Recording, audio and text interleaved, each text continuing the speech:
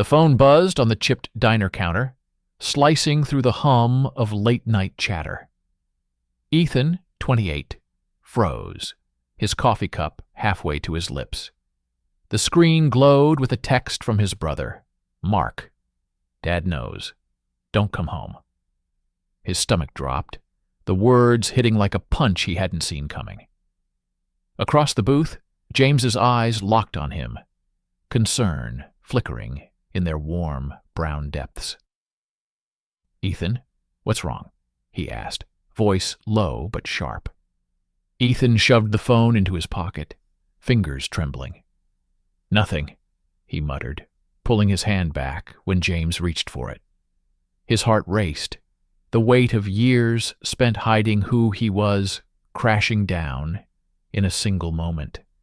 6 months ago, Ethan had wandered into James's coffee shop near Pike Place Market, drawn by the smell of roasted beans and the barista's easy smile. Their first conversation, about Seattle's endless rain, sparked something neither expected. Late-night talks turned into secret drives along the coast, stolen kisses behind fogged-up car windows. James, 30, was patient, never pushing Ethan to be more open. But Ethan's fear of being seen, of his family's judgment, kept him tethered to the shadows.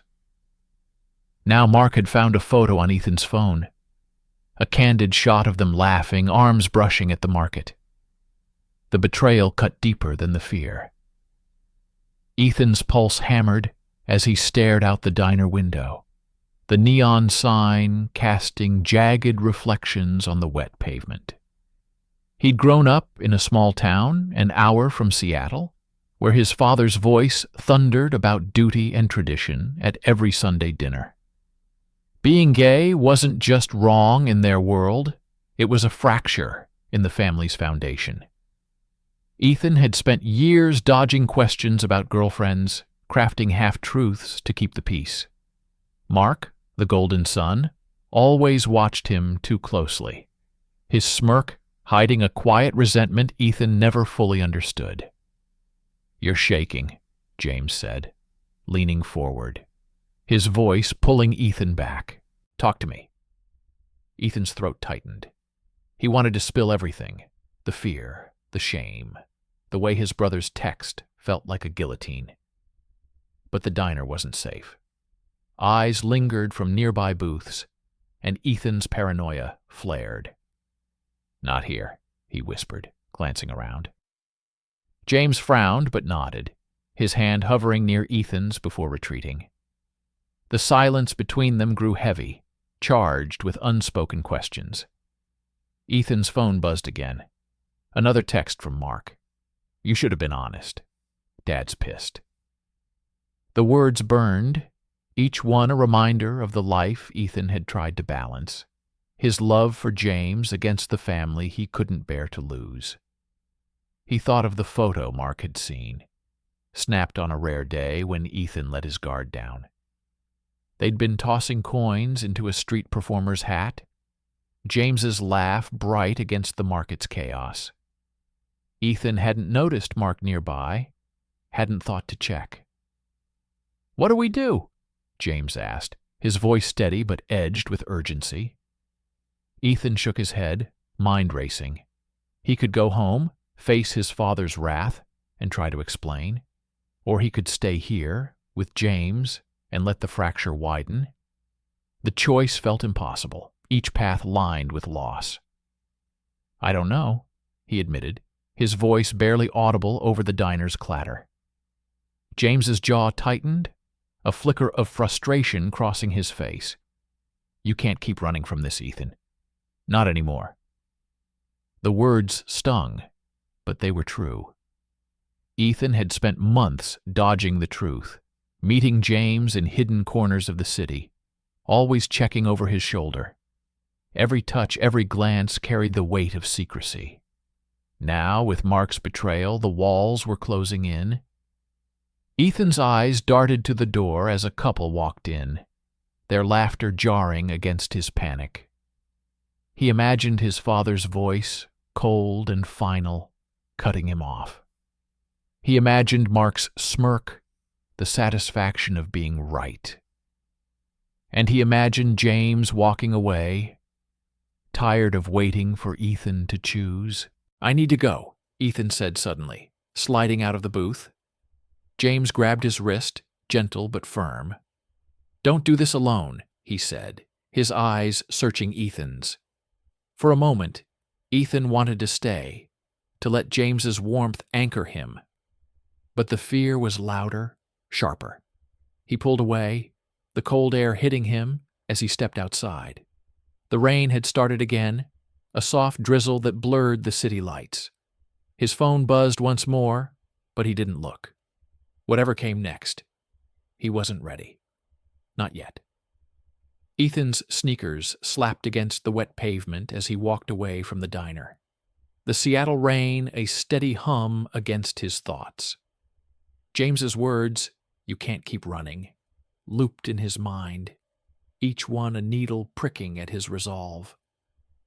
He hadn't answered James's last text, hadn't looked at his phone since Mark's messages burned through him. The city's lights blurred in the drizzle, but Ethan barely noticed, his focus inward, replaying the moment everything unraveled. 2 weeks ago, he and James had been at Golden Gardens Park, the beach empty under a gray sky.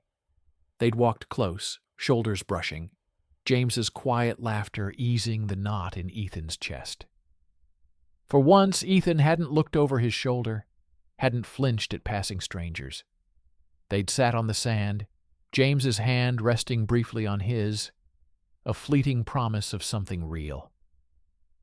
"I want this to be enough," James had said, his voice soft but heavy.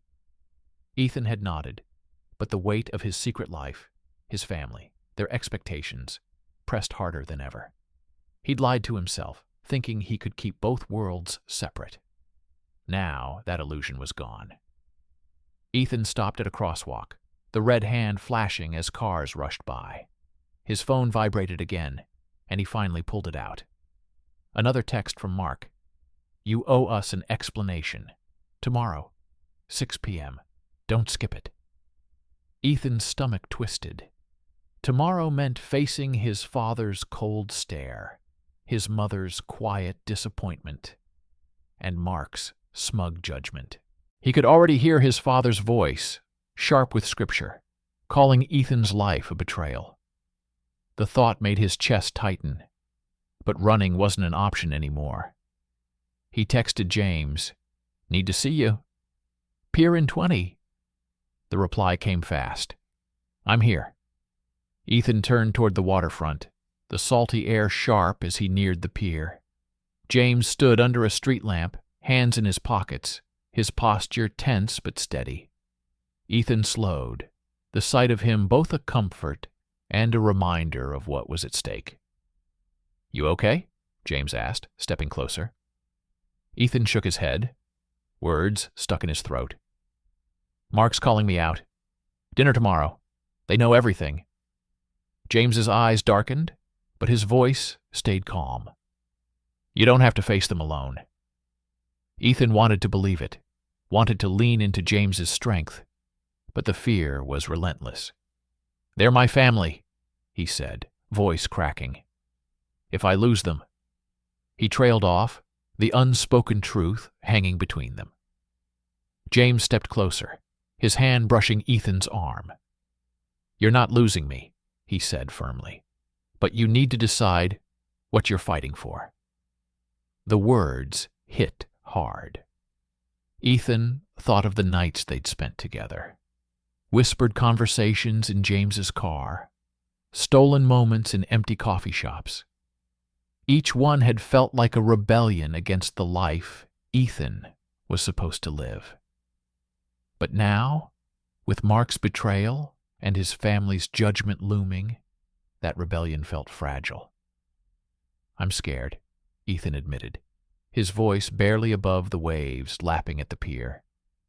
James nodded, his hand lingering on Ethan's arm. "I know, but hiding won't fix this." A group of tourists passed by, their laughter jarring. Ethan stepped back, instinct kicking in, but James didn't move. "I can't keep doing this halfway," James said, his voice low but resolute. "I love you, Ethan, but I need you to show up for us."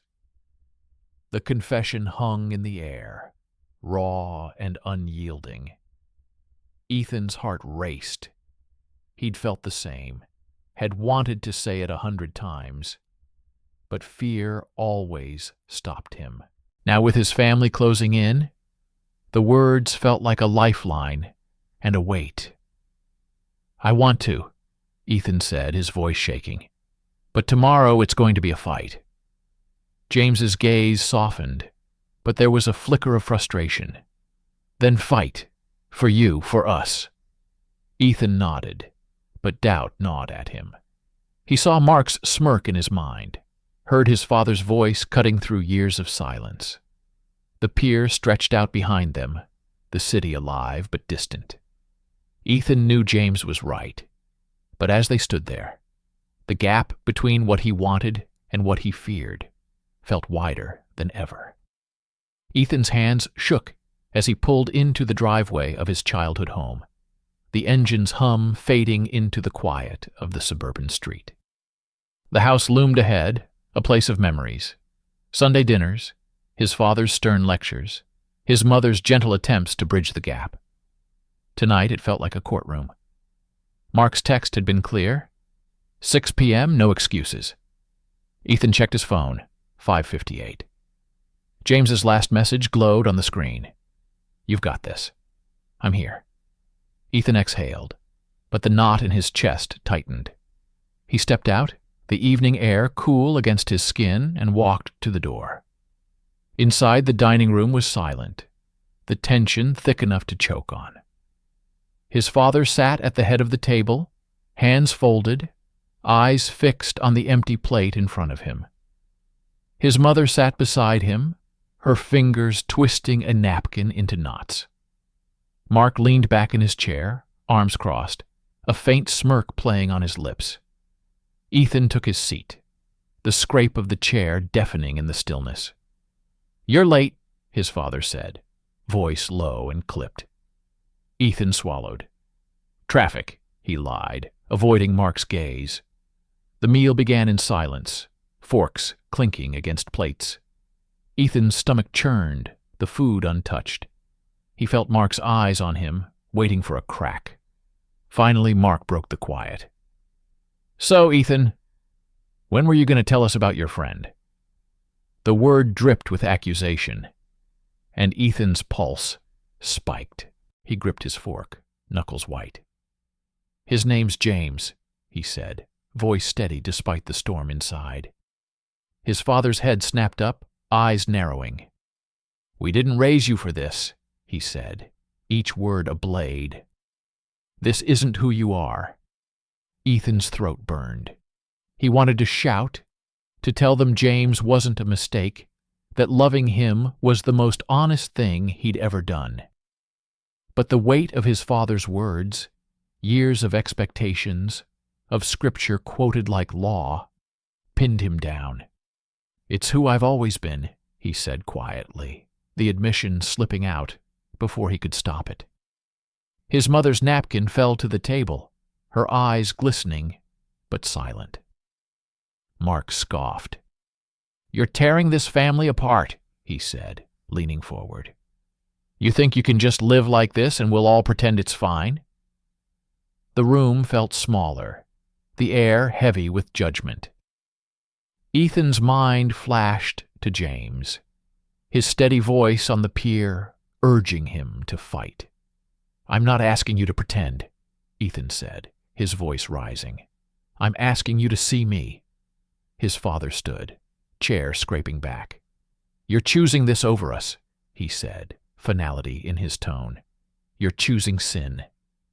The word hit like a slap, and Ethan's resolve wavered. He saw James's face in his mind, the warmth of his touch, but here, under his father's glare, it felt like a betrayal. Mark stood too, his smirk gone, replaced by anger. "I saw you with him, Ethan. At the market, acting like it's normal. You lied to us." Ethan's hands clenched into fists. "I lied because I had to," he shot back. "Because you'd never understand." The words hung between them, raw and unfiltered. His mother reached out, her voice trembling. "Ethan, please. We just want what's best."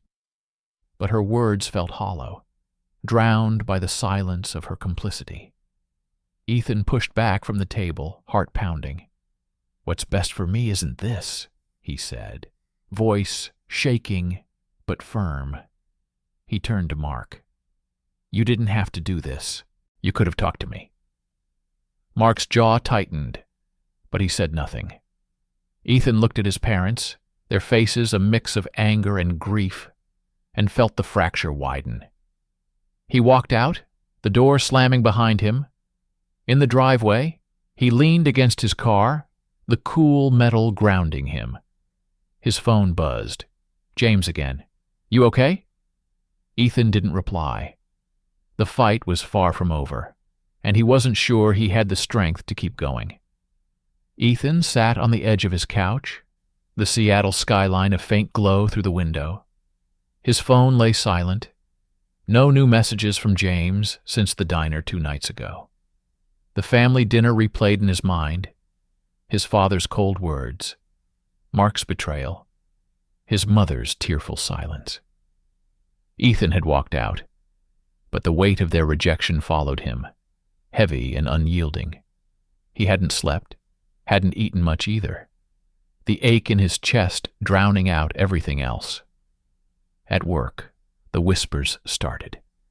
Ethan felt eyes on him as he walked through the graphic design firm's open-plan office. A co-worker, Sarah, leaned over during a break, her voice low but sharp.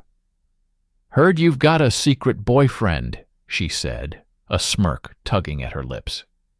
"Didn't peg you for the type." Ethan froze, his coffee cup trembling in his hand. The photo Mark had seen at Pike Place had spread, a careless moment now a weapon.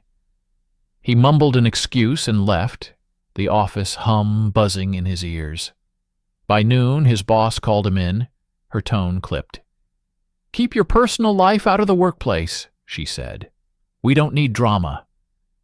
Ethan nodded, shame burning his throat. He texted James that night, fingers hesitating over the screen. "Can we talk?" The reply came slow, measured. "Meet me at the pier. 8 p.m. Ethan arrived early, the waterfront alive with tourists and the sharp scent of salt. James stood by the railing, his back to the water, hands shoved deep in his pockets. Ethan's heart lifted at the sight of him. But it sank just as fast when James turned, his expression guarded. "You haven't called," James said, voice flat. "I thought we were in this together." Ethan's mouth went dry. "It's not that simple," he said, the words spilling out. "My family? They're done with me? And now work's a mess. Everyone knows." James's jaw tightened. "You think I don't get it? I've been out for years, Ethan. I've lost people too. But I can't keep hiding with you." The words cut deeper than Ethan expected. He thought of their moments together. Late-night drives, James's hand steadying him in the rain. But now, with the world closing in, those moments felt like a dream slipping away. "I love you," Ethan said, voice breaking. "But I don't know how to do this." James stepped closer, his eyes searching Ethan's. "You don't have to do it alone. But you're not choosing us. You're choosing fear." The truth stung, raw and unfiltered. Ethan wanted to argue, to say he was trying, but the weight of his family's rejection, the office gossip, and now James's distance crushed him. "I need you to fight for this," James said, softer now. "I can't be the only one." Ethan's chest tightened, memories of their first kiss flashing through his mind. The quiet pier, the way James's touch had felt like a promise. But promises were fragile, and Ethan felt them breaking. "I don't know if I can," he admitted, voice barely audible over the waves. James's face fell, a flicker of pain crossing his eyes. "Then I can't wait forever," he said, stepping back. He turned and walked away, his figure fading into the crowd. Ethan stood frozen, the pier's wooden planks cold beneath his feet, the loss sharper than anything he'd felt before. Back at his apartment, Ethan sat in the dark, the city's hum distant. He scrolled through his phone, landing on the photo from Pike Place. James laughing, Ethan's arm brushing his, a moment of joy now tainted. He wanted to call James, to beg him to stay, but shame stopped him. The whispers at work, his father's words, Mark's betrayal, they all screamed he wasn't enough. He deleted James's number, hands shaking, and let the silence swallow him. For the first time, Ethan felt truly alone, the life he'd tried to build crumbling under the weight of who he was. Ethan walked through Seattle's Capitol Hill, the streets buzzing with the energy of the upcoming Pride Festival. A flyer crumpled in his pocket, one he'd grabbed from James's coffee shop days ago. LGBTQ+ support group, 7 p.m., community center. He hadn't planned to go, but after James walked away on the pier, after the silence of his apartment became unbearable, Ethan needed something, anything, to pull him out of the spiral. His family's rejection and the sting of workplace gossip had left him hollow, but James's absence cut deepest. Ethan had pushed him away, and now he was alone. The community center was alive with voices when he arrived. Ethan hesitated at the door, his pulse quickening, but a woman with a warm smile waved him in. Inside, a circle of chairs held strangers sharing stories of loss and resilience. A man in his 50s spoke of being disowned decades ago, his voice steady but raw. "I found my family in the community," he said. "You will too." Ethan listened, the words sinking in. For the first time, he saw a path beyond shame, a chance to claim himself. That night, Ethan sat at his desk, pen in hand, and wrote a letter to his family. "I'm gay. I've hidden it to protect you, but I'm done pretending. I deserve to be seen." His hand shook as he sealed the envelope, but the act felt like shedding a weight. He mailed it the next morning, heart-pounding, unsure if they'd ever respond. The silence from James still stung, but Ethan clung to the spark from the support group, a fragile hope that he could rebuild. 2 days later, Ethan's phone buzzed as he walked through Pike Place Market. It was James. "Can we talk?" "I'm at the shop." Ethan froze, the memory of their last fight sharp, James's plea for him to fight, his own failure to answer. He walked to the coffee shop, the familiar scent of roasted beans hitting him as he stepped inside. James stood behind the counter, his movements deliberate as he served a customer. When their eyes met, James nodded toward a quiet corner. "I was wrong to walk away," James said, sitting across from Ethan, his voice low but earnest. "I was frustrated, but I should have stayed." Ethan's throat tightened. "I pushed you away," he admitted. "I was scared, of my family, of work, of losing you." James reached across the table, his hand brushing Ethan's. "You haven't lost me," he said, "but you need to choose yourself first." Ethan nodded, the truth settling in. He'd spent too long running from who he was. Before he could respond, his phone buzzed again. A text from Mark. "Got your letter. I was wrong. Can we talk?" Ethan stared at the words, a mix of relief and caution washing over him. Mark's betrayal had started this, but his apology hinted at a crack in the wall between them. Ethan didn't reply yet. He wasn't ready, but the message felt like a small step. The next day, Ethan stood at the edge of Seattle's Pride Festival, the crowd a sea of color and noise. Rainbow flags fluttered against the gray sky, and music pulsed through the streets. He'd come alone, unsure if he belonged, but the energy pulled him in. A group from the support center waved him over, their laughter easing his nerves. Then he saw James, standing near a booth, his smile hesitant but real. Ethan walked over, heart racing. "I'm here," he said simply, taking James's hand. The touch was electric, grounding him in a way he hadn't felt before. The crowd cheered as a parade float passed, and Ethan felt the weight of his fear lift, if only a little. He didn't know if his family would ever fully accept him, or if work would stop whispering, but standing there, hand in hand with James, he felt something new. Courage. He wasn't hiding anymore.